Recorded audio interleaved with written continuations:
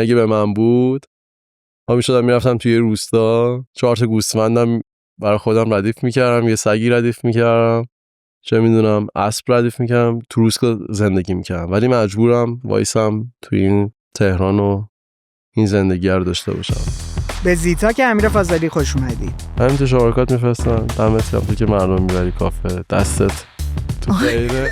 امیر تولید کننده محتواست و تونسته توی این 1 سال و تقریبا نیمی که داره فعالیت میکنه بیش از 600,000 مخاطب رو روی اینستاگرام به دست بیاره. یه شغل 24 ساعت هست. امروز به کوزی کورنر اومد تا بیایم در مورد فضای کاریش صحبت کنیم. این که همه کارا رو دارم خودم انجام میدم بهم خیلی فشار میاد. ببینیم پشت پرده کاری که داره انجام میده چی میگذره. به نظرم عمرت کم میشه. چه احساساتی رو داره تجربه میکنه، چه چیزهایی رو به دست آورده، دوستای خیلی خوبی پیدا کردم، چه چیزهایی از دست داده، کل وقتمو گرفته. ترس‌هاش چیه، نگرانی‌هاش چیه، برنامه‌اش برای آینده چیه. رستوران خودمو بزنم. اگر فکر می‌کنید این موضوعات میتونه براتون جذاب و جالب باشه، با من امیر فاضلی همراه باشید. شده مثلا حالم بد بوده، تو خونه بودم، افسردگی داشتم، زدم بیرون رفتم نشستم کافه، بعد یهو رندوم با یادم غریبه شروع کردم صحبت کردم و همین باعث شد مثلا حال من خوب شه، مثلا برگردم خونه شارپ دوباره.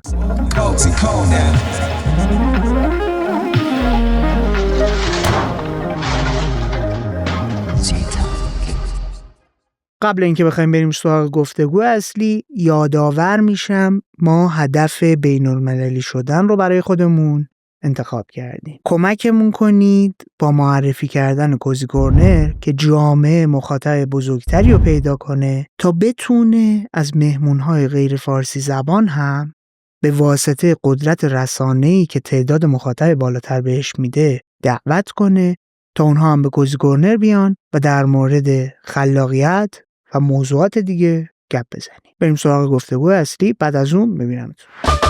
چطوری امیر؟ خوبی؟ چه خبر؟ دمت گرم کوزی کورنر اومدی. عزیزم مرسی از دعوتت. فدات چه. قربونه. گفتم امروز بیای ببینیم بریم کافه یا نه. الان ما بریم بیمارستان. بریم من سرما بزنم بعد بریم کافه. بعدش با هم بریم، منم یه دونه تقویتی بذارم که جون پیدا کنم. اول از همه به من بگو که تو عنوان شغلی چی میشه الان؟ من تولید کننده محتوا درست. تفاوت تولید کننده محتوا با واینر چیه؟ با اینستاگرامر چیه؟ اینا رو چون من واقعا نمیدونم و دوست دارم بدونم. ببین بستگی داره دیگه. مثلا من خودم از کلمه بلاگر زیاد خوشم نمیاد. مثلا کسی بهم میگه بلاگر، این شکلی هم که من بلاگر نیست. تو آخه واقعا بلاگر نیستی. بلاگر مگه اونایی نیستن که در مورد زندگی روزمرهشون و این کارهای عادی و این چیزایی که خونه‌شون نشون بده، اتاق خوابش، اونا مگه بلاگر محسوب نمیشه؟ چرا؟ ولی عموم مردم بهش میگن بلاگر دیگه.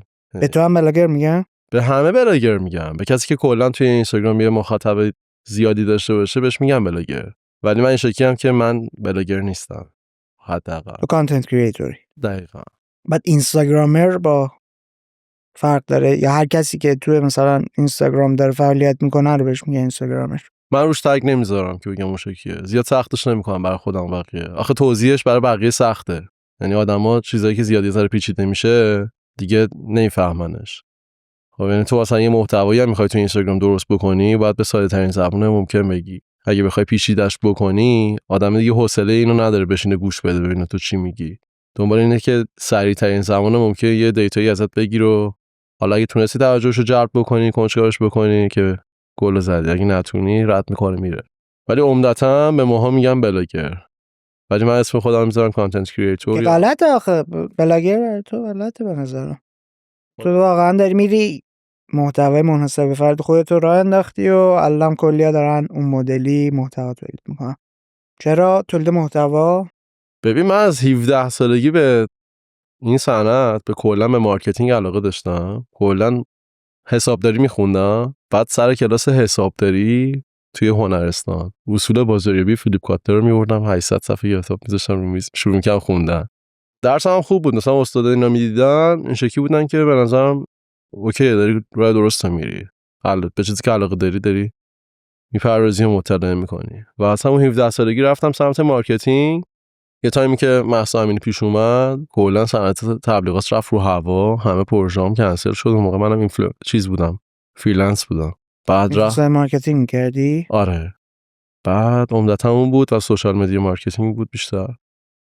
بعد رفتم کارمند انفرماتیک بانک پاسارگاد شدم. بعد دیگه کارمند بودم. کارمندی اصلا دوست نداشتم، یعنی 1 سال خورده کارمند بودم، خیلی سخت بود برام. و همش مثلا یه چند تا استاد داشتم تو حوزه مارکتینگ بهم میگفتن به تو مثلا میخوره یه کاری بکنی توی اینستاگرام، اینفلوئنسر باشی، یه حرکتی بر خودت بزن.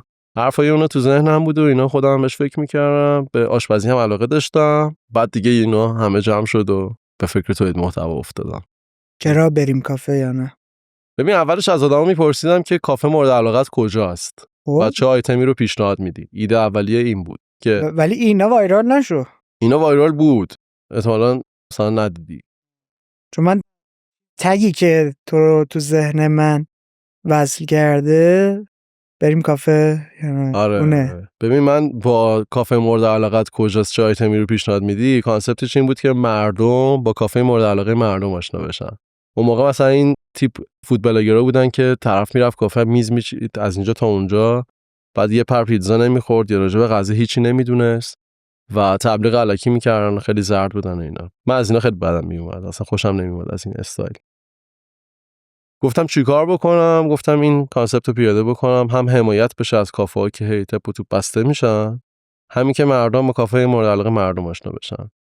اولین محتوا که گرفتم 1 میلیون خورده ویو گرفت و با همون شدم 20 کاسیکا. یعنی من پیجم 700 تا دونه فالوور شخصی بود. بعد از ترس اینکه کپی نشه و سری کپی نکنن، چون خیلی هم سری کپی میشه تو سوشال مدیا، دیگه چسبیدم بهش و هی محتوا گرفتم. با این تیپ محتوا شدم 50 خورده کی. بعد حالا چی شد که میای بریم کافه شکل گرفت؟ اون موقع خب من نظر واقعی خودم میدادم، کانسپت این بود که نظر واقعی باشه، کافه مورد علاقه مردم باشه، همه چی واقعی باشه. کافه با کارا توی ولیعصر محتوای من دیده بود، به مسیج داد که آقا ما از محتوای شما خوشمون اومده، برای ما هم یه دونه بساز. و من این شکلی بودم ببین اینا واقعیه. من میرم از یکی میپرسم کافه مورد علاقت کجاست، فیک نیست. من این کار برات نمیکنم، به جاش یکی رو دعوت میکنم کافه و اون آدمه نظرش رو راجع به کافه شما بگه و قبل از معرفی هم حتما تستتون میکنم، یعنی اگه کیفیتتون اوکی باشه معرفی میشه. خلاصه رفتیم کافه رو تست کردیم. خود بچه‌ای که اونجا بودن و تو تیم مارکتینگ بودن این شکلی بودن که به نظرت کسی میاد کافه؟ گفتم نمیدونم، من اولین بار میخوام بگیرم. آقا ما از ساعت 9 صبح تا 12 تو خیابون بودم. جلو در همه دانشگاه ها رفتم، امیرکبیر رفتم، دانشگاه آزاد رفتم، دانشگاه تهران رفتم. دیگه به هر کی میگفتن بیا بریم کافه این شکلی بود که چرا باید بیام با تو؟ این شکلی بود که تو کی اسم واسه چی باید بیام کافه؟ نه کلاس دارم، امتحان دارم، کار دارم، نمیام. آره بهونه‌های مختلف. به یه دختری که گفت نه میشناسمت، مثلا ویدیوهاتو تو اینستاگرام دیدم ولی نمیتونم بیام و اینا. به این گفته بود نمیام. این بعد 2 ساعت دوباره منو دید اونجا. این رفته امضاهاشو داده آره و برگشته تو هنوز کسی رو پیدا نکرد. دقیقا گو هنوز اینجا کسی بده. گفتم نه دیگه بابا نه. بعد آره من میخوام کتاب بخرم و اینا باز میومدم. گفتم جون مادر من بعد کتاب میخرم ببری. گفتم یه صبحونه میخوریم میری دیگه، همین یه تست کن نظرتو بگو. گو کجاست؟ گفتم این بغله، بریم یه ثانیه بریم بیا. آقا رفتیم کافه و خلاصه صبحونه رو زدیم و نمیدونم کلی صحبت کردیم و معاشرت کردیم و اینا. بعد چقدرم خوش گذشت، یعنی چون اولیش بود و اولین بار بود که با یه آدم غریبه میشستم کافه. بعد یه چیزی بگم، من خیلی سخت با آدم ارتباط میگرفتم، یعنی من تعداد دوستام به 5 نفر خلاصه میشد و الان ان تا دوست دارم. و سخت‌ترین قسمت میای بریم کافه این بود که من جرأت اینو بکنم برم به یه نفر بگم که سلامیه بریم کافه. کلنجار رفتنه با خودم جنگه همون اولش بود که برم به یکی بگم، بعدش اوکی بود.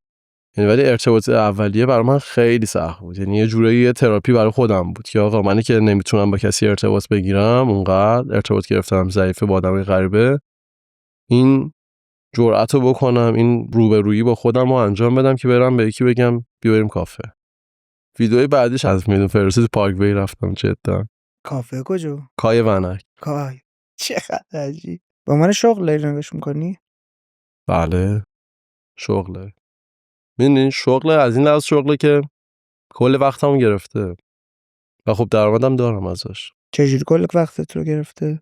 من همه کارامو خودم انجام میدم، یعنی از ویدیو گرفتن، ادیت زدن، همه اینا. و وقتی تو خب مثلا کانتنت کریئتوری یه شغل 24 ساعت هست. چرا میگه 24 ساعته؟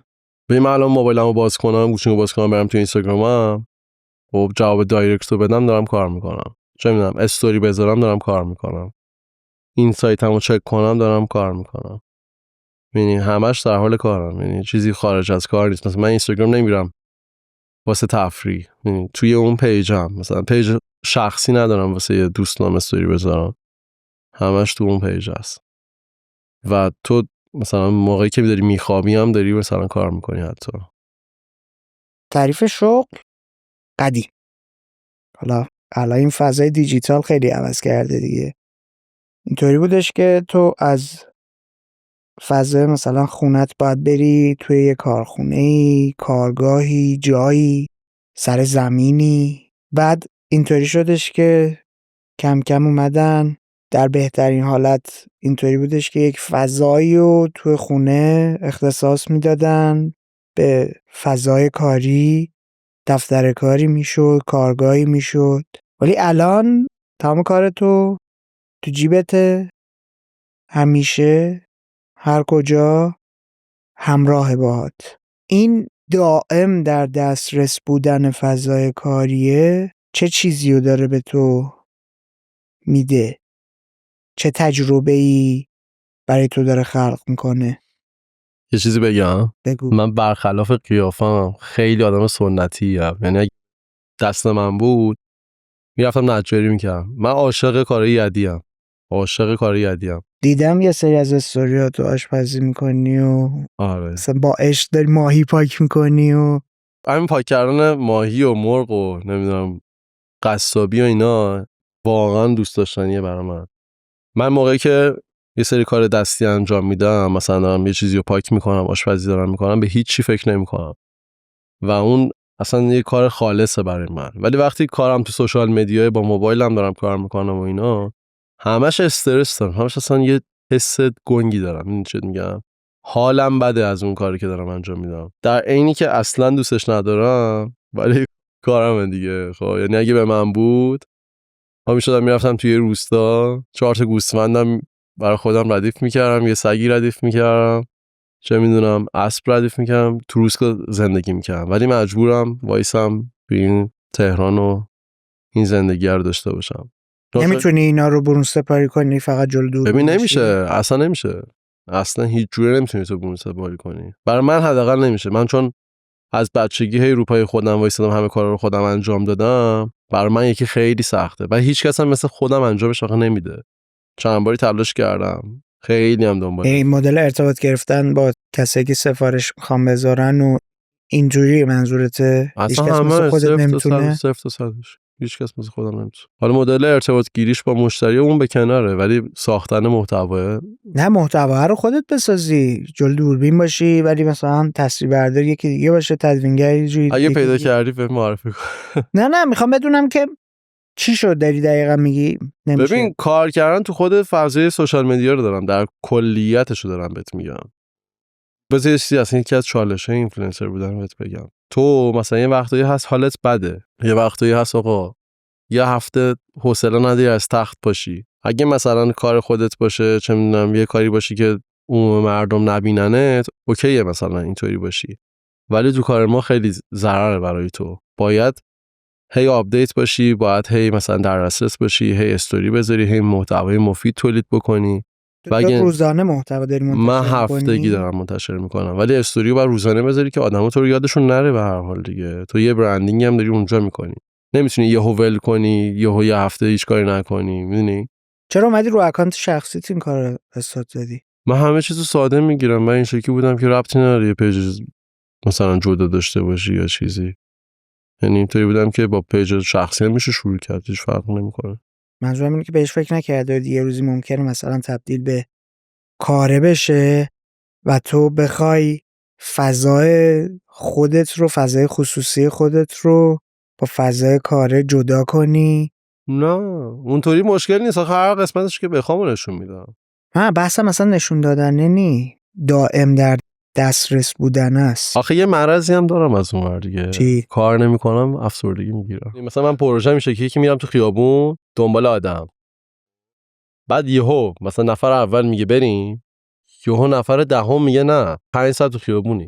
فرض کن مثلا الان بذار از چالشه کارم بهت بگم، میری تو خیابون آدم باید با حجاب باشه، مثلا اینکه بچه‌ها زنگ زدن آره رفتم مثلا اینکه جوابم پس دادی؟ چی؟ جوابم پس دادی یا نه؟ دیگه جواب با پس بدی دیگه. منظورم دیدار حضوری داشتی یا نه؟ دیدار حضوری؟ آره بابا، فیس تو فیس. گفتم با یه دونه آنون کانر کار در اومد یا نه؟ یه روز صبح پاشده بودم خونه، بعد فاز یوگا برداشته بودم، گفتم برم جلو نور آفتاب وایسم، بنده خدا خواستم ریلکسم میکنم مدیتیشن. حالا هر روز میخوام تا لنگ زور، بعد گفتم امروز مثلا 7 صبح پاشم برم جلو آفتاب، قشنگ 4 زانو مدیتیشن تو نور آفتاب میشکی بودم. یهو دیدم گوشیم زنگ خورد، همش دیدم آن چیز نو کالر آیدیه، گفتم بنازم به فنا رفت. جواب دادم گفتم آقای فاضلی، گفتم بعد خودم آقای حسین فاضلی، من اسمم امیره، از بچگی امیر صدام کردم مامان بابام، ولی تو شناسنامه حسینم. آقای حسین فاضلی. شمارت به نام خودت بود؟ بله دیگه هیچ، رفتم اونجا، حالا اونو بیخیال. فرض کن از چالشه کار بگم، میری تو خیابون طرف باید با حجاب باشه، آدم باحالی باشه، چرا به هر حال میخوای 2-3 ساعت با یارو بشینی تو کافه دیگه، نمیتونی مثلا یکی نباشه که مثلا هم استایل. چجوری میفهمی آدم باحالی هستی؟ ببین معمولا از استایلش تشخیص میدم. خب مدل حرف زدن اینه یا تیپ و ظاهرش؟ تیپ و ظاهر. ببین تو در نگاه اول از روی ظاهر طرف قضاوت میکنی، طرف به من میاد بالا به تو بچه مثلا طرف رو میبینی میگه آقا مثلا شبیه خود لباس پوشیده باشه، مثلا تیپ و ظاهرش. تو مثلا من تو رو تو نگاه ببینم میگم اوکی طرف خب گوشواره داره، موهاش هم که از پشت بسته، انگشتر و گوشواره، تیپش هم میشه که خب اوکی مثلا میشه باش وقت گذرون. ولی اگه تو همین استایل جای مهر رو پیشونیت بود، تعریش داشتی، کت شلوار داشتی، فلان داشتی، این شکلی بودم که احتمالاً با ایشون مثلا حرف مشترک ندارم بزنم. نه اینکه بگم آدم باحالی نیست، یا حرف مشترک نه، وای به همو نمیگیریم دیگه. آره از این چالش هم داره. مثلا شده که یه نفر رو بردم کافه، انقدر صحبت کرده سردرد گرفتم، مثلا صحبت راجع به چیزایی که مثلا مشترک نبوده، همفاز نبود، تا نشستم مثلا شما چقدر درآمد داری؟ چقدر از اینجا گرفتی؟ نه بابا اینجا وایسا این سواله پیش میاد، تا درخواست پول نگردم کیا؟ کسی که باهات میان کافه به من دایرکت میدن، شماره کارت میفرستن. بعد از اینکه ویدیوشو منتشر میشه؟ نه پس چی؟ آدمای رندوم که چی؟ همین تو شماره کارت میفرستن، دمت گرم تو که مردم میبری کافه، دستت تو خیره. خیری؟ آره خیری. یه چیز هم بفرستی. آره دیگه یه بعده ما رو مهمون کن. ببین در روز واقعا یارو مسیج داده بود، شماره کارت فرستاده بود، داشت بی زحمت امروز من میخوام برم بیرون، پول ندارم، برام پول میزنی برم رستوران؟ من چی گفتم چشم ارباب چشم امپراتور. الان از سایه واریز میشه. آره از این اتفاق زیاد میفته. طرف مثلا دفعه اول تو رو دیده، ولی خیلی فضا سختیه دیگه، یه جوریه دیگه. ماها مخصوصا ماها، نسل ماها منظورم، ما اصلا تجربه اینو نداریم که با یه غریبه بریم رستوران، نمیدونم.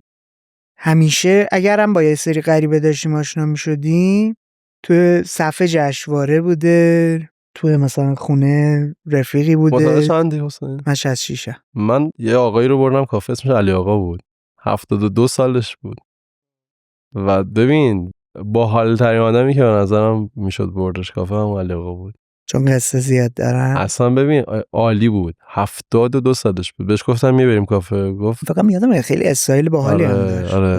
بعد گفت چی بخوریم؟ گفتم نهار بخوریم. گفتم نمیشه یه چای خالی بخوریم؟ گفتم یه چای بزنیم. ببین خیلی باحال بود، خیلی باحال. بعد علی آقا آتش نشان بود. و من یه کاری که خیلی این کاره حالا به این واسطه یه سری آدمو خوب خوشحال میکنه دیگه، یعنی روز اول این کارا رو استارت زدم این شکلی بوده که واسه خودم یه چیزی رو نخواستم، میشه که نبودم بزنم این کار رو معروف شم و اینا. به خدا اصلا بهش فکر نکردم، یا مثلا به جدا دارم میگم، به خدا. تو صحبتت برگشتی گفتی ببین یه سری از آشناها و معلم‌ها و دوست داشتم میگفتن تو با توجه به شخصیتی که داری شخصیتت میخوره که این کار رو انجام بدی، به خاطر اون چیزه، روحیه برونگراییه و اینا. خب ولی به خاطر معروفیتش این کار نکردم. برای اینکه اونا تشویقت کردن صفر رفتی گفتی؟ نه، این شکلی به حرف اونا فکر میکردم که آقا مثلا من همیشه اینطوری بودم که اینفلوئنسر میساختم، تو این راه پولم خیلی خوردن. یه خانومی رو ما پیجش گرفتیم دستمون، باش هیچ قراردادی هم نبستیم، اون دوره که اینفلوئنسر مارکتینگ انجام میدادیم. تو شخصی انجام میده یا شرکتی بودی؟ شخصی. حالا تو شرکتم آژانس هم بودم مثلا. چون نه یه چیزی آخه شاید آدم ندونم، اینستاگرام که یهویی منفجر شد، یه سری از شرکت دیجیتال مارکتینگ به وجود اومد که اینها صرفاً اکانت های اینفلوئنسر می ساختن، چون اکانت شخصی طرف که نبود، اکانت سازمانی اینا بود. چهره می آوردن، درست می کردن، مخصوصا بلاگر می کردن، اینا رو با هم دوست می کردن، با هم مسافرت می فرستادن، بهشون می گفتن باید ازدواج کنی، بچه دار بشی. خیلی از کسایی که دارید می بینید یک زمانی حضور داشتن و میلیون ها نفر مخاطب داشتن و الان هیچ کس هیچ چیزی ازشون نمیدونه، به خاطر این بوده که پشتش یه مجموعه‌ای بوده، شرکت داشته می آورده اینها رو به عنوان یک پروداکت خودش بزرگ میکرده برای متاسفانه منافع خودش. متاسفانه. و اینا خب رو مردم تاثیر میذارن دیگه. عجیب. اینا رو مردم تاثیر. من مثلا اینطوری هم که استوری میخوام مثلا خدا نکنه، مثلا خدا نکنه مثلا روی یکی تاثیر بذاره. مثلا طرف از من پرسیده بود من یکی رو دوست دارم، نمیدونم بهش بگم یا نه، نمیدونم اونم من دوست دارم. این شکلی بودم که بابا این سوالا رو اصلا از امثال من نپرسید، من چی کارم مگه اصلا رابطه تو من تو روابط خودم به خدا ریدم، تو روابط خودم به خدا موندم.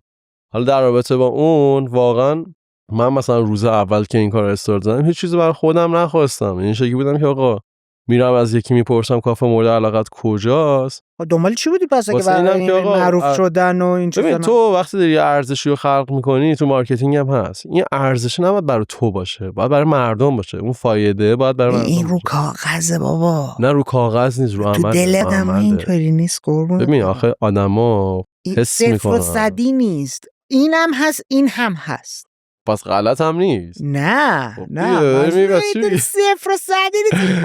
من اصلا اینجا هیچ وقت خودم رو ندیدم برای مردم فقط رفتم درسته کردم. ببین تو فرض کن یه چیزی که به درد نخوره رو که استفاده نمی‌کنی که، مثلا این دوربینه، این میکروفونه داره به درد. میدونستی میترکونی یا نه؟ من میدونستم ایده میترکونه، چون ایده چیزی نبود که برای من باشه، چیزی بود که فایدهش برای مردم بود. ایده اولیه از کجا اومد؟ از جای الهام گرفتی یا ایده اولیه رو از یوتیوب الهام؟ من آدم دروغگویی نیستم. ایده اولیه رو از یوتیوب الهام گرفتم. یعنی یه محتوای این مدلی بودش که برم مثلا به آدما بگم بیاید با هم بریم کافه و نه بیاید بریم کافه رو الگو نگرفتم. کافه مورد علاقت کجاست الگو گرفتم. یه یارویی بود توی یوتیوب میرفت از اونها میپرسید که اون مصاحبه مثلا خیابونی و اینا که میرفت از آدم میپرسید کدوم رستوران دوست داری، میرفت اون رستوران رو تست میکرد. اینو الگو گرفتم. ولی میای بریم کافه ساخته خودم، یعنی از دل این محتوا درست کردن به وجود اومد. آره. و من نمیدونستم انقدر میای بریم کافه میتره که من ایده اولیه که از آدم میپرسیدم کافه مورد علاقتون کجاست و چی پیشنهاد میدیم، اینو پیدا کردم. این شکلی بودم خب این محتواه اوکیه، محتوا خوبیه، هم برای کافه مفیده، هم برای مردم مفیده، هم تبلیغاتی نیستش، میدونم این مفیده. این محتوا رو گذاشتم 24 ساعت بعد مثلا ترکید، 1 میلیون رو رد کرد و خوب شد. و ولی اون میای بریم کافه من کاملا این شکلی بودم که یه محتوا بگیرم. ببین میای بریم کافه اولیه رو گذاشتم، دختر نیم تنه پوشیده بود جلوی دانشگاه امیرکبیر. کی گرفتی؟ او 1 سال ازش میگذره حداقل. بعد زندگی آره. بعد کنار 2 تا پسر بود، من رفتم بهم گفتم سلام میای بریم کافه، بغل 2 تا پسر برش داشتم، یکیشون هم دوست پسرش بود. رفتیم کافه. من نمیدونستم دوست پسرشه واقعا، و اینا جفتشون رو میبردم فکرم دوستم دانشگاهی. آقا دیدم مثلا منوچهر سیلاوی با انقدر سیبیل و یه خال رو دماغ و اینا برای منو فالو میکنه از کوکیلی بویر احمد. رفرش میکنم 3 کا میومد رو پیج، رفرش میکنم 2 کا میومد. نه بابا ببین توی 2 ساعت 1 میلیون رو رد کرد. بعد دیدم کامنت ها عجب دختری چی زدی، دمت گرم، حلالت باشه فلان بیسا. بعد دیدم این شکلی اصلا به خاطر دختره دارن فالو میکنم. ویدیو رو آرشیو کردم، ویدیو رو برداشتم، گفتم بلم کن بابا. 55 کا فالوور داشتم، همه بچهای مرکز، همه بچهای هنری، همه بچهای مثلا کسایی که به آرت علاقه داشتن، به گالری علاقه داشتن. گفتم کمیت مهم نیست، اون کیفیت مهمه. ویدیو رو برداشتم، گفتم ولش کن.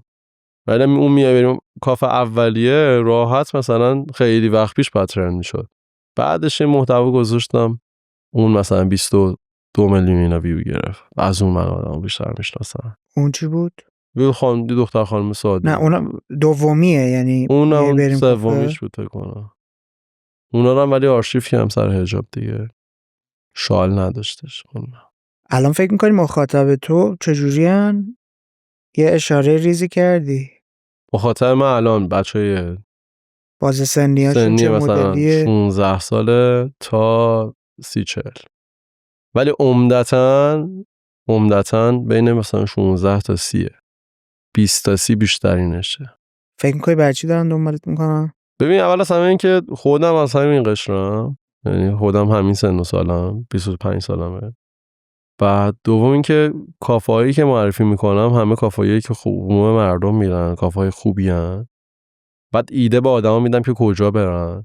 مثلا آخر هفته ایونت ها رو معرفی میکنیم. آره این کاری که جدیدن رو انداختی من خیلی دوست دارم. اینا رو هیچ پولی از ایونت ها نمیگیرم. این شکلیه که صرفا حمایته. الان حمایت، ولی به جایی میرسه قطعا. میتونی به عنوان یه سرویس پولم بدن دستشون در. نه ولی مگه روز اول در مورد کافه شروع کردی؟ خب دیگه آره تبدیل شد به یکی از سرویسایی که داری. آره یعنی ایده به آدم میدم کجا برن و اینکه آدما یه چیز جالبی که راجع به آدم متوجه شدم اینه که وقتی من یکی میبرم کافه اینا خیلی حال میکنن با اون که داره میبینه، چون خودش جای اون آدمه که رفته کافه قرار میده که اگه مثلا به من گفت من چی بگم. یه سری به یکی گفته بودم میبریم کافه و این بنده خدا با خودشون قصه بود آقا این به اومد گفت بریم کافه بریم و اینا هول شده گفتن نه کار داریم. تو میشناختن. آره بعدا من دیدم گفتن آره ما اون روز می‌خواستیم بیایم هول شدیم گفتیم نه. خب همون در لحظه میگفتی اشتباه شد. آره میای. خیلی جالب.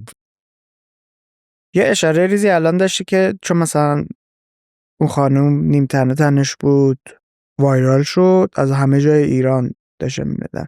ارزیابی خودت نسبت به مخاطبایی که دارن تو اینستاگرام میچرخن دنبال میکنن اکانت‌های مختلفو چیه؟ فکر کنی اونا دنبال چیه؟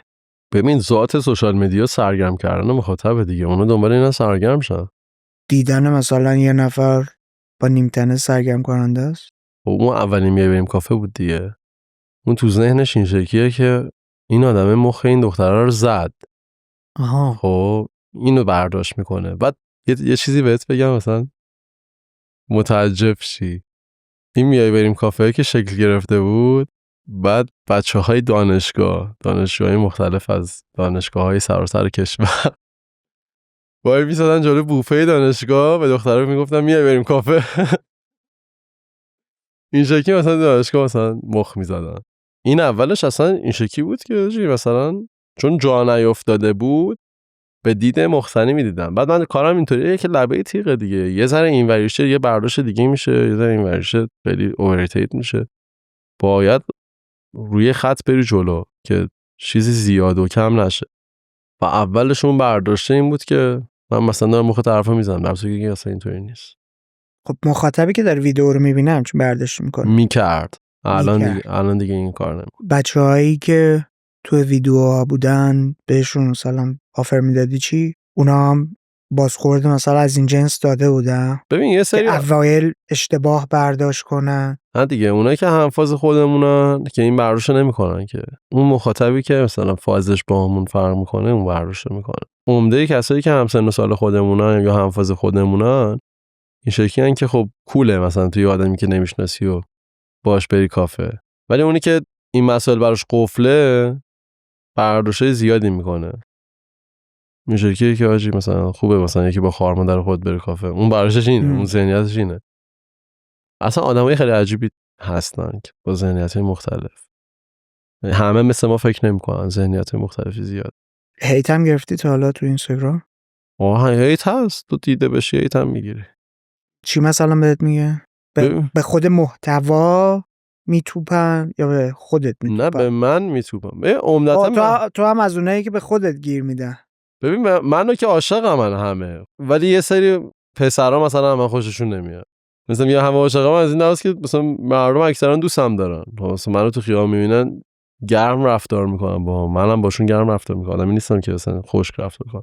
آره خلاص این شکلیه. یعنی مثلا یه سری پسرا شاید مثلا خوششون نیاد. یا مثلا میرن توییت میزنن امروز این آقایی که همه رو میبره کافه، مثلا میبره کافه رو دیدیم ولی بهمون نگفت که بریم کافه. تو الان بیشتر از 600,000 نفر دنبال کننده داری رو اینستاگرام. چه تجربه‌ایه؟ چه جوریه؟ ببین باحاله، همونقدر که باحاله همونقدرم ترسناکه. ترسناکش از این لحاظه که تو بها 600,000 نفر دارن تو رو میبینن، با حواست باشه چی میگی، چه جوری رفتار میکنی. 600,000 نفر دارن تو رو دنبال میکنن. آره خیلی بیشتر دارن تو رو میبینن. آره بیشتر هم تو رو میبینن. حواست باید به رفتارات باشه، حواست باید به چیزی که میگی باشه. بعد این 600,000 نفر رو بهشون یه دیتای درست حسابی بدی، هر آشغالی تولید نکنی. چه میدونم جایی که داری میری تست میکنی جای خوبی باشه، مردم میرن اونجا غذا میخورن. یعنی اگه بد باشه دیگه خب هم اعتبارت رو از دست میدی، همین که طرف خب به هر حال وقت گذاشته، هزینه گذاشته، زمان گذاشته رفته اونجا. من مثلا اکثر جایی که به مسیج میدم برای تبلیغات رو رد میکنم. چرا؟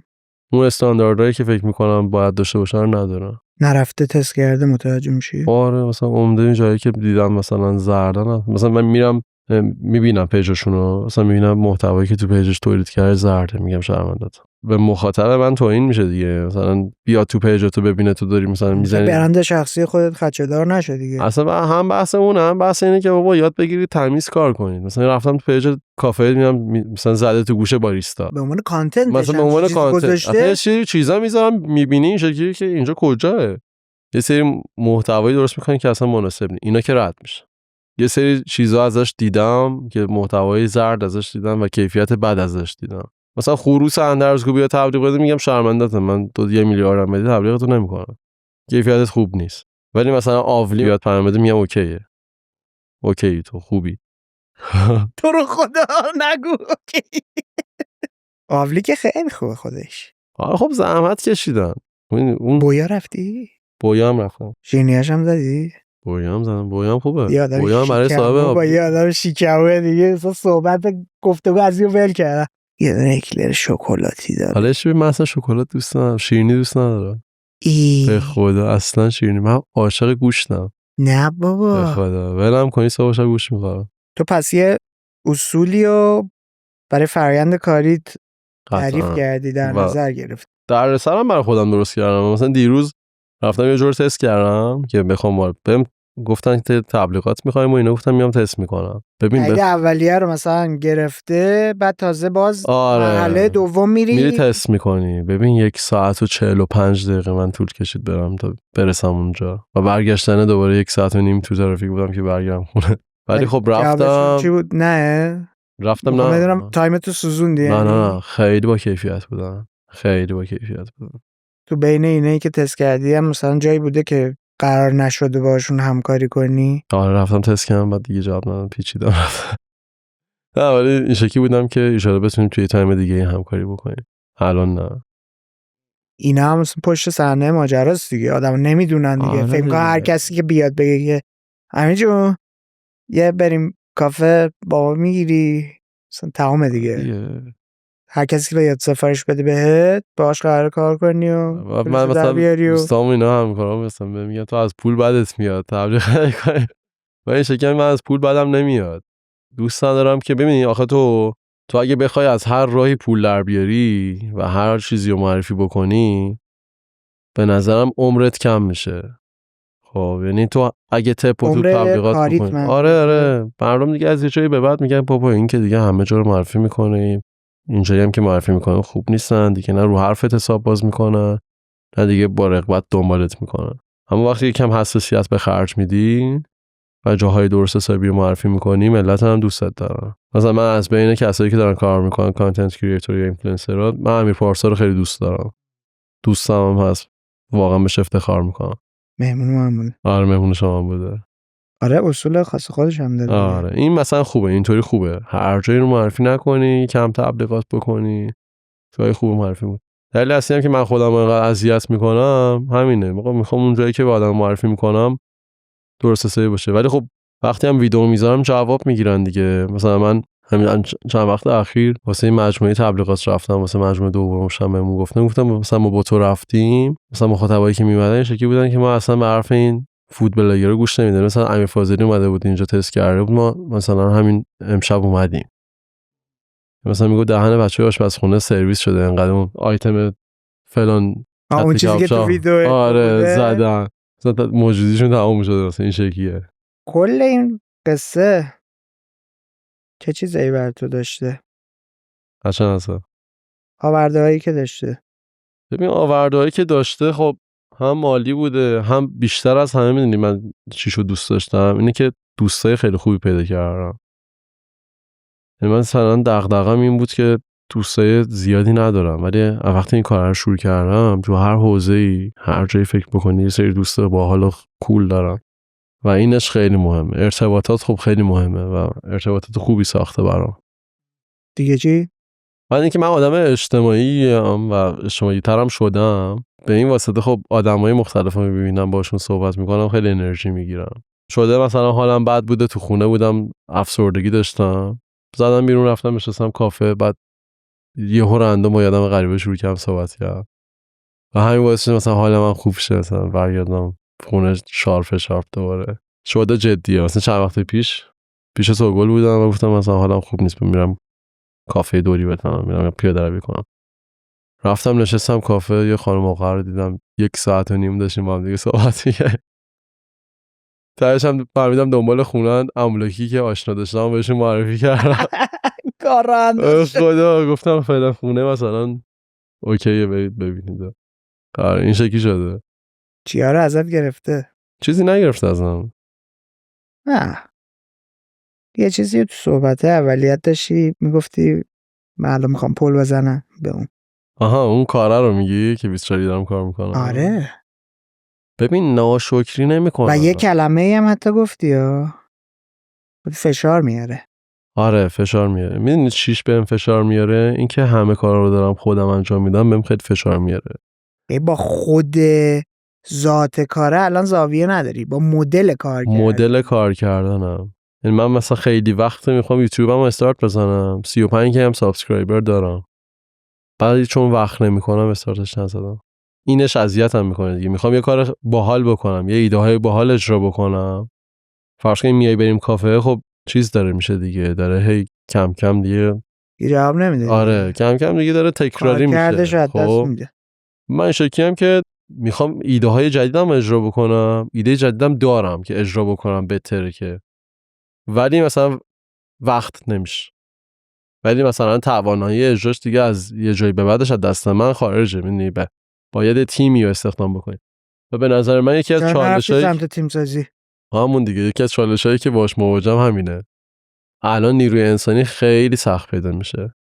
دنبال چی هستی با این کار هستن الان؟ روز اول نمیدونستی صرفا یه کنجکاوی و یه ماجراجویی و یه شیطنت و ببین من عشقم آشپزیه. یادم بچه که بودم مامانم یه سالن زیبایی داشته، اینا میرفت سر کار، بعد من پا میشدم در کمد باز میکردم، قاشق و چاقو و چنگال و اینا رو میوردم بیرون، مایتا برمی‌داشتم آشپزی میکرد.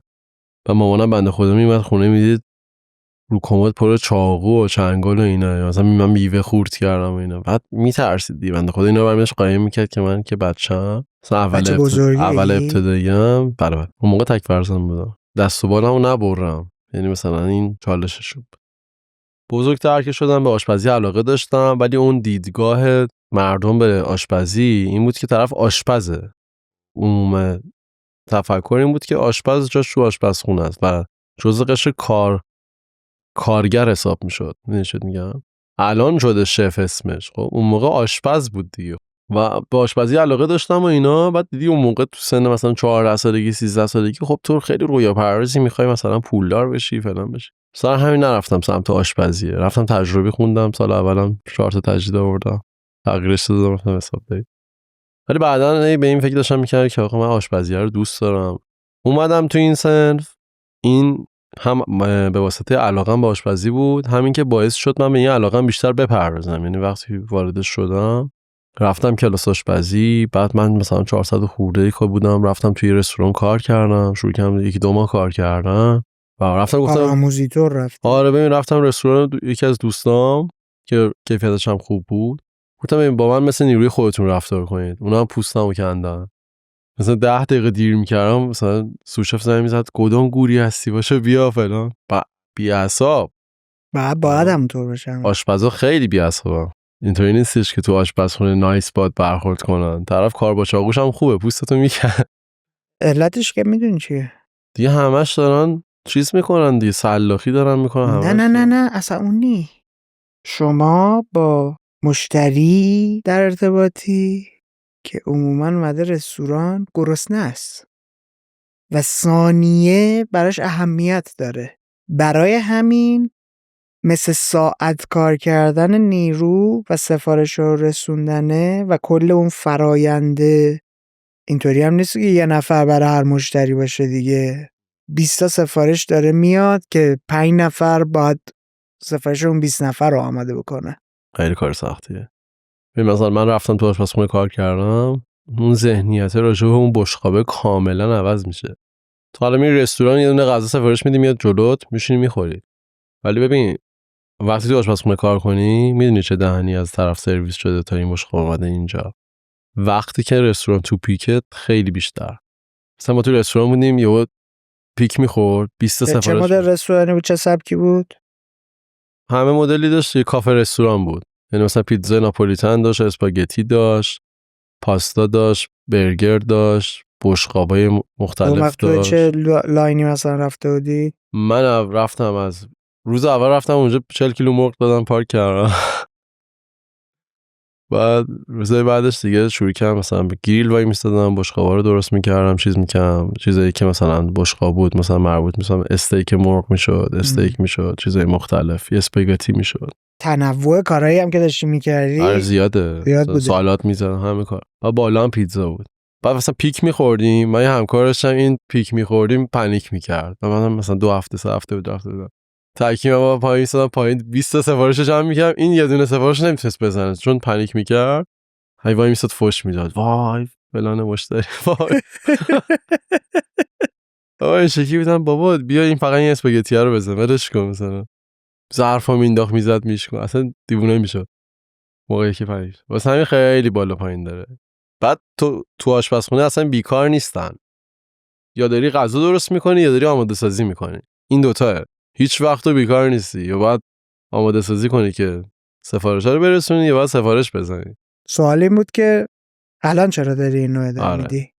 ببین یکی از دلایلش علاقم به آشپزیه و دوست دارم در آینده رستوران خودمو بزنم و نه رستورانی که 30 نوع غذا بده، رستورانی که فقط یک غذا بده، فقط یه غذا، یه مدل یا یه ژانر، یک غذا در مدل‌های مختلف که بیشتر از 10 تا آیتم هم نمیشه. مثل چی مثلا؟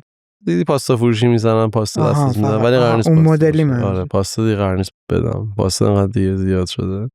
پاستا فروشی هم داره کم کم مثل کافه، مثل برگری 5 سال پیش میشه. آره. دو اینکه دوست دارم که سفر کنم، غذاهای کشورهای مختلف رو بخورم، جای مختلف دنیا برم، تجربه مختلفی کسب بکنم، دوستای بیشتری پیدا بکنم. کانتنت چی؟ و راجبش محتوا درست بکنم.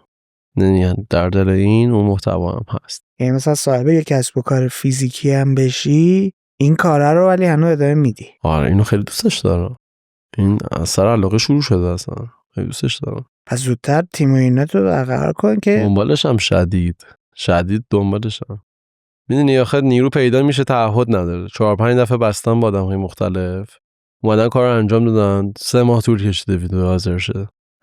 همینا عقب میندازه آدمو دیگه. میدونی هی زنگ با طرف گوش جواب نمیده. دستم ما خودمون 16 ماه پیش تولید داشتیم تا خیالمون راحت شه، چون وقتی داری میری وارد بازی میشی که هفتگی منظم باید محتوا داشته باشی، نمیتونی بگی نرسید، نمیدونم فلانی مشکل پیدا شد، فلان اتفاق برامون افتاد.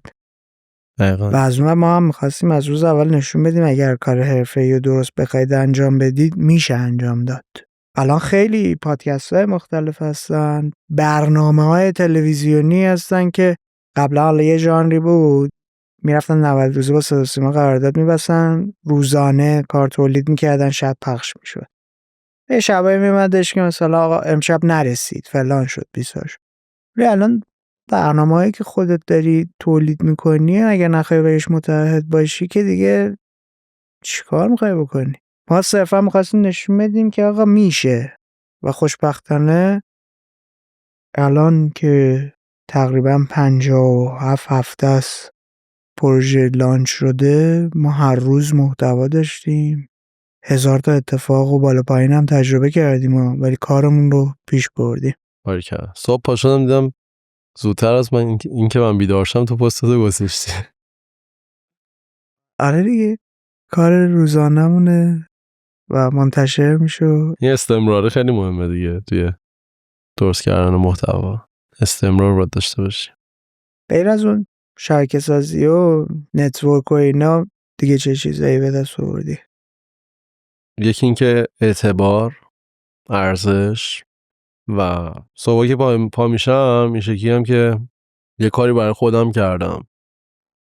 این که یه سری آدم دوستت دارن خیلی حس خوبی داره و به نظرم لذت بخشترین حالتش همینه، یه آدم تو رو دوست دارن و این خیلی باحاله، خیلی بامزه است. من یه چیزی که بچه‌هایی که جوان‌ترن انجام میدن ترس دارم. مثلا علت این که نیومدم پادکست خودم و با اینکه حتی کاری که دارم انجام میدم همه اطرافیانم نمونه های موفق غیر ایرانیش، حتی گفتم باید ببری توی چنل های شخصی خودت، اومدم یه اکانت جدا برش درست کردم. شما کارتون رو با شخصیت خودتون گره زدن خیلی از دید من ترسناکه.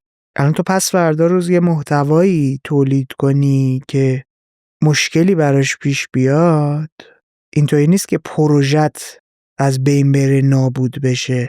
همونطور که اعتبار بهت داده اعتبارت هم ازت میگیره دیگه. یعنی این ریسکا رو چجوری حاضر شدید بخرید؟ ببین پرسونال برند دیگه، همینه دیگه. باشه پرسونال برند باشه، بر منم پرسونال برند داره اتفاق میفته، ولی از طریق پروداکت. ببین تو باید قبول کنی دیگه، همین چالشاشه که باید حواست باشه.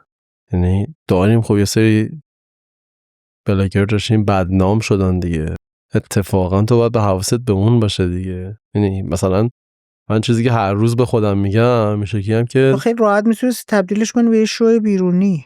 ببین آخه شو بیرونی تو این مسیر چه تو بخوای چه نخوای اتفاق میفته.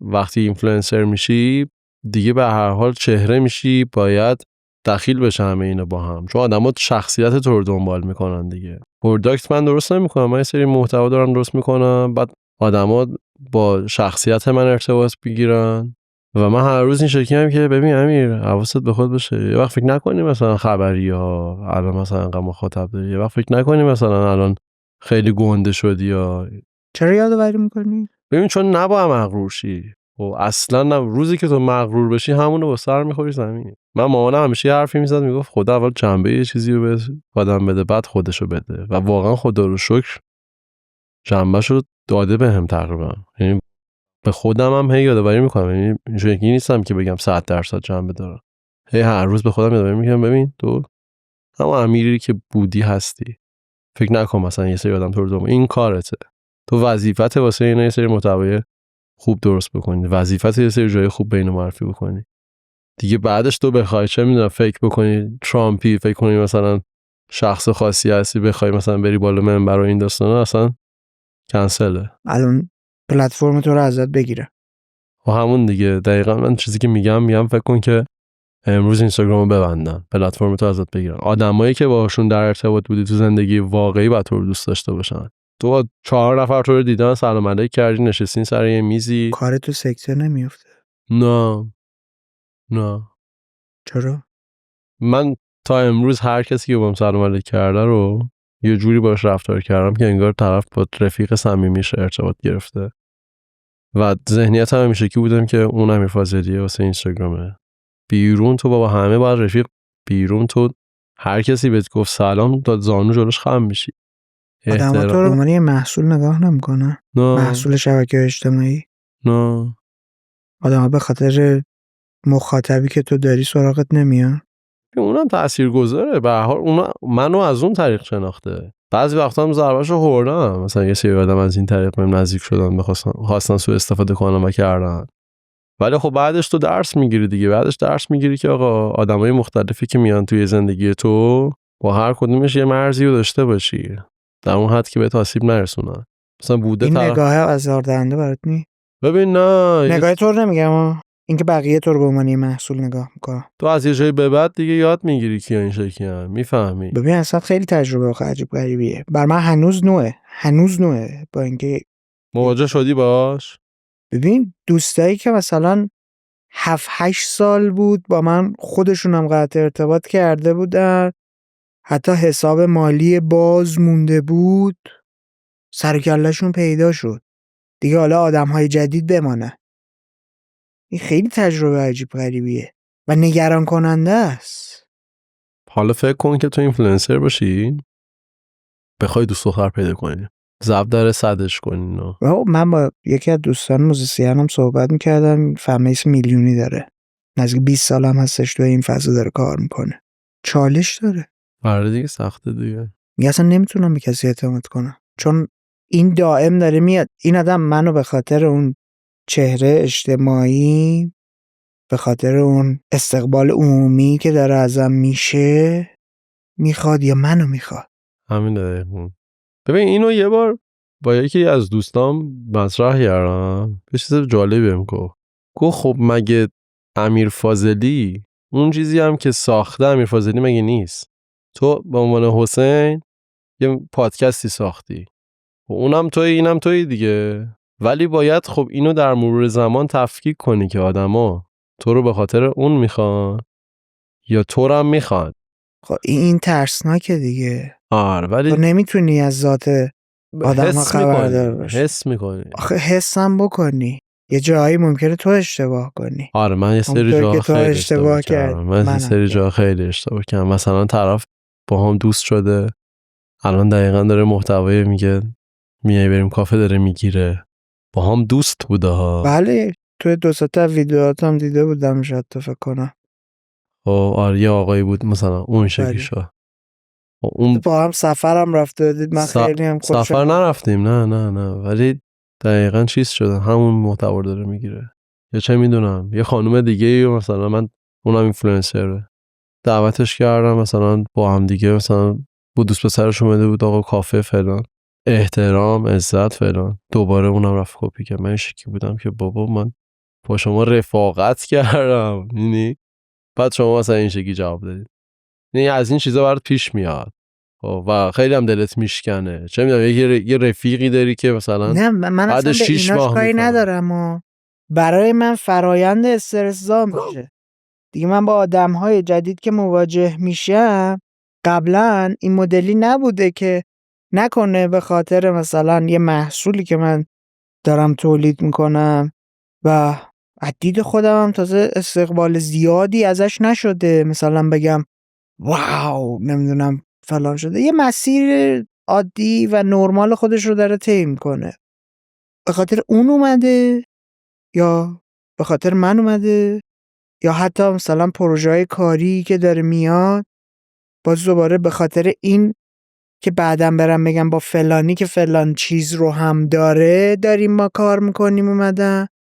چون من دارم میبینم دیگه آقا من 20 ساله دارم کار میکنم، از سال 83 دارم کار میکنم، از سال 92 هم تو فضای تبلیغات و ارتباطات ایران، ولی مشتریای جدیدی که دارم میان به خاطر عقبه کاری من یا خروجیایی که داشتن نمیان، به خاطر اینکه مثلا فلان خروجی اینجا برای خودت داری دارم میاد. این برای من ترسناکه، چون اینطوری اگر باشه من نگاهم اینطوریه، من میتونم آدما رو هک کنم، من میتونم از آدما سوء استفاده کنم، من میتونم بیام یک چیز جعلی رو بسازم برای مخاطب.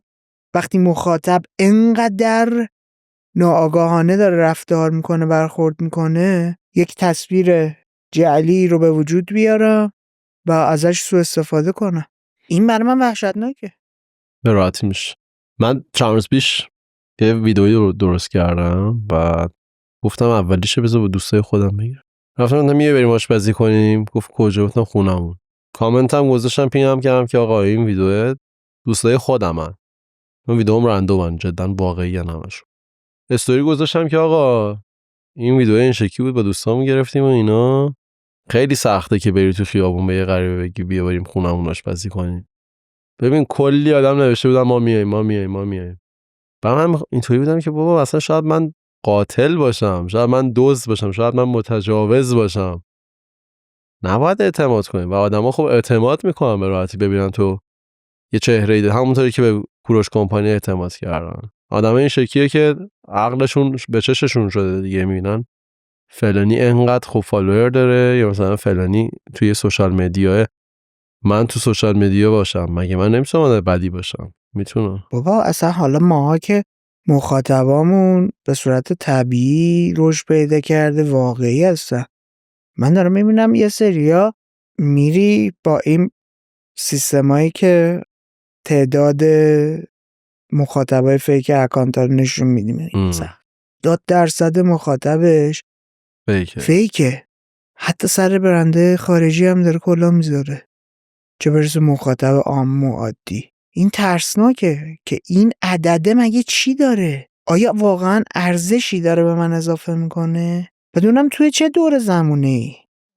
یه سری چیزا واقعا برای من عجیب غریبه، وحشتناکه. و میزان اعتیادی هم که مثلا مخاطب پیدا کرده برای من ترسناکه. خیلی زیاده. چه میدونم یه اکانتی مثلا اکانت آیسان فکر کنم 12-13 میلیون مخاطب داره. یه عکس شخصی از خودش میذاره 2 میلیون نفر میرن لایک میکنن. ببین چند نفر دیدن که فقط 2 میلیون لایک کردن. اوه اصلا این مدلی بهش نگاه نکرده بودم. اگه بخوای نگاه کنی وحشتناکتر میشه. یه سری لایک نمیکنه. چقدر داره تاثیر میذاره رو مخاطب؟ ما چقدر داریم تاثیر میذاریم؟ حالا وقتی این قدرت رو داری، آیا قدرش رو میدونی؟ نمیدونی؟ ازش درست استفاده میکنی؟ نمیکنی؟ برای خودت خط قرمزی تعریف کردی؟ نکردی؟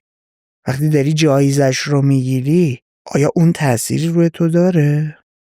یا مثل تو مثلا حرف مامانتو میگه جنبشو اول بده بعد خودشو بده.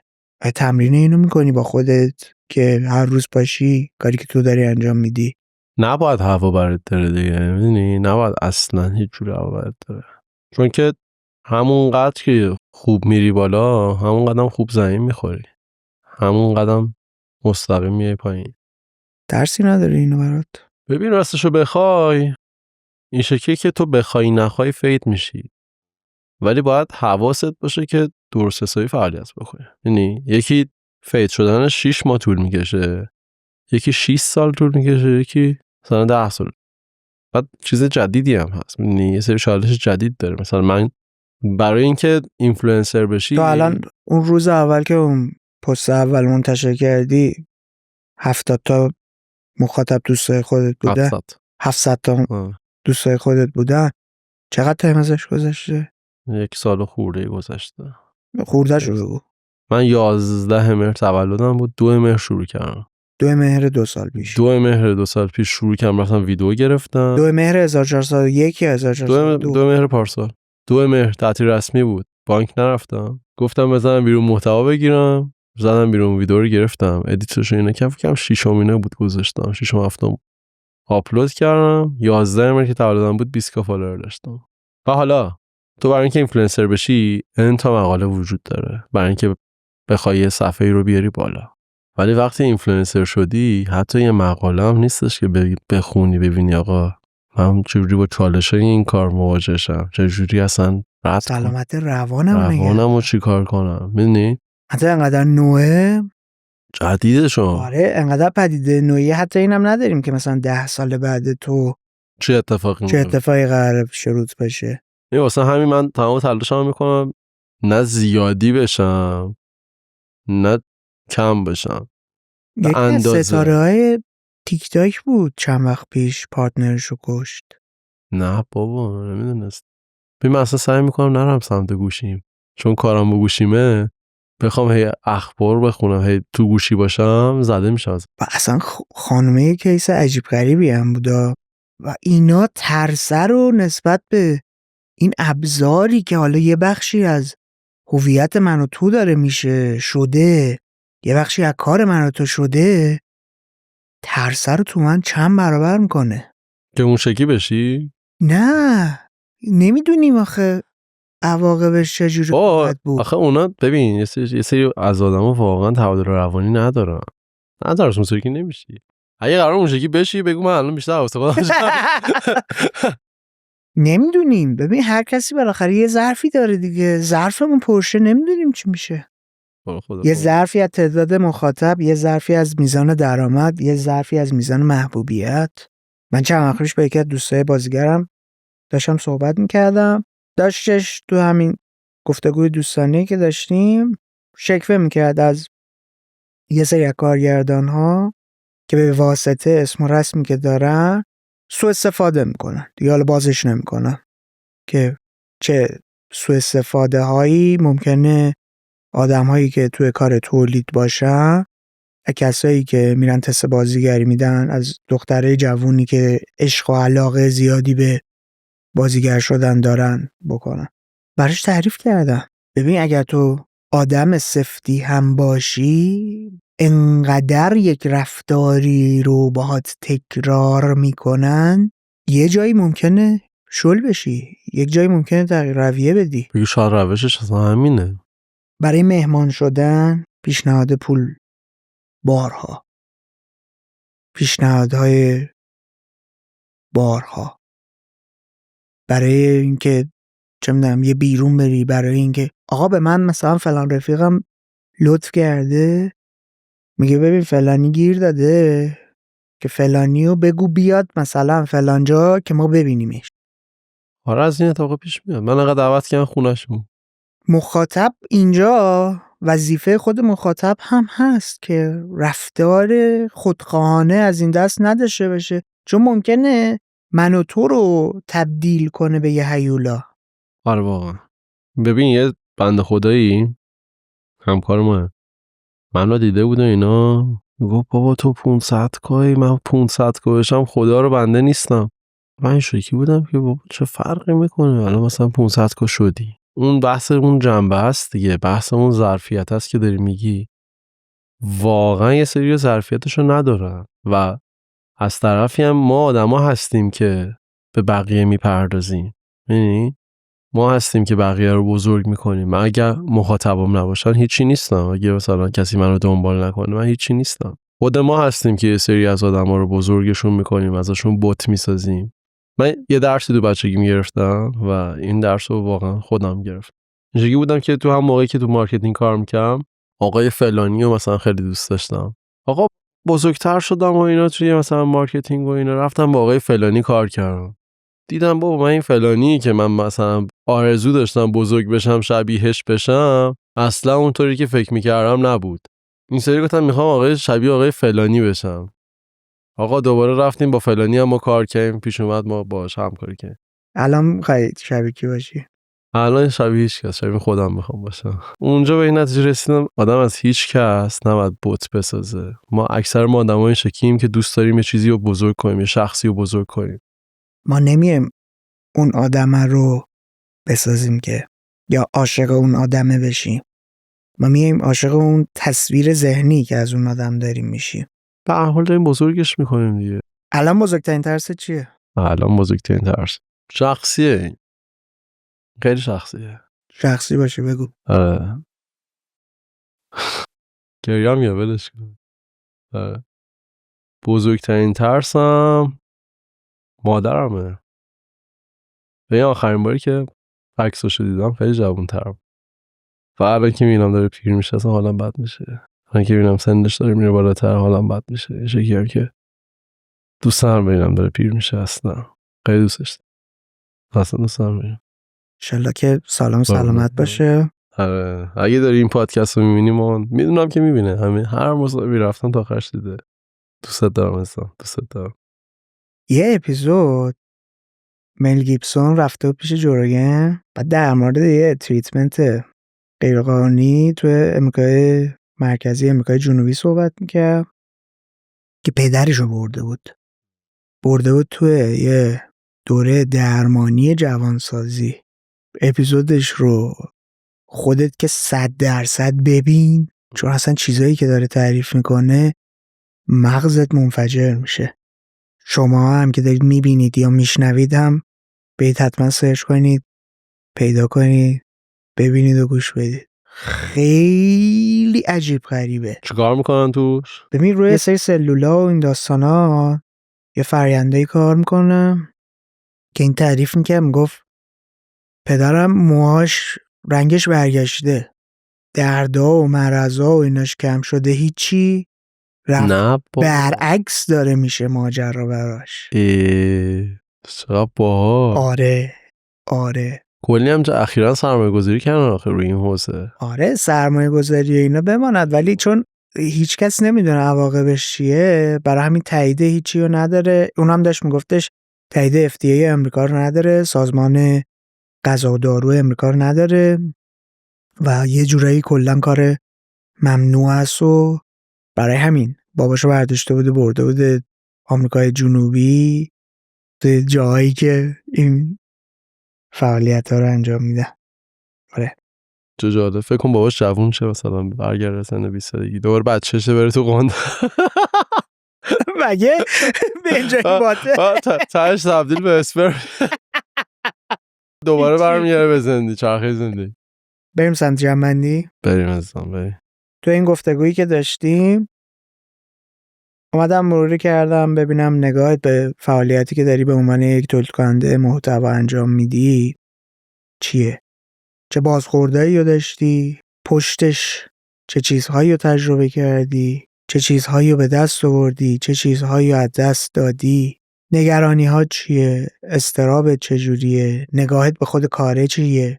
آینده این شغل رو چی میبینی؟ در مورد خود مخاطب صحبت کردی. مخاطبی که داری، تأثیری که داره از تو میگیره و حتی تأثیری که داره به تو میده. به عنوان فعال در شبکه‌های اجتماعی، به عنوان تولید کننده محتوا، به عنوان یک انسان عادی که به خاطر محصولاتی که داری تولید میکنی مرکز توجه قرار گرفتی. در مورد موضوعات شخصی خودت صحبت کردی، علایقی که داری، ترس‌ها و نگرانی‌هایی که داری. آیا چیزی هست جا مونده که بخوای بهش اشاره کنی، بهش بپردازی؟ ببین من همیشه یه چیزی رو به خودم تکرار میکنم و به بقیه میگم این شکلیم که من هیچی نیستم. یعنی هر زمان بقیه اومدن گفتن تو امیر فاضلی، من شکلیم که نه من هیچی نیستم. من و همسال من هم که داریم تو این حوزه کار میکنیم، اگه کسی دیگه ای داره میبینه این ویدیو رو و اگه رسانه‌ای داره با یادش باشه که هیچی نیست. چون اگه زمانی که خودش مغرور بشه فکر میکنه چیزی هستش، هیچی میشه. پس ما هیچی نیستیم. زیاد به خودمون مغرور نشیم. اگه یه سری آدم لطف میکنن ما رو دنبال میکنن، وظیفمون اینه که بهشون خدمت بکنیم، چون اگه همون نباشن ما هم نیستیم. هر خلاص زیاد به خودتون مغرور نشین. غرور چیز خوبی نیست اصلا. امیر دمت گرم. با اینکه مریض بودی خیلی کنترل کردم سرفه نکنم وسطش، واسه این بعضی جا سرخ هم شدم. ما بعد اینجا برنامه‌مون اینه که بریم سرم بس شیطی نکن. دمت گرم به سالم و سلامت باشین. دمت گرم که به کوزی کورنر اومدی. خیلی مزه داد. مرسی ممنونم. خسته نباشی. همونطور که دارید میبینید یه کار تیمی و کلی آدم دارن برش زحمت میکشن. از شما یه خواسته بیشتر نداریم. کمکمون کنید جامعه مخاطب کوزی کورنر رو بالاتر ببریم. ما رو به کسانی که فکر میکنید دغدغه خلاق‌تر شدن دارن، کسانی که مخاطب ما میتونن باشن پیشنهاد بدین. مراقب خودت باش. به زودی میبینمت.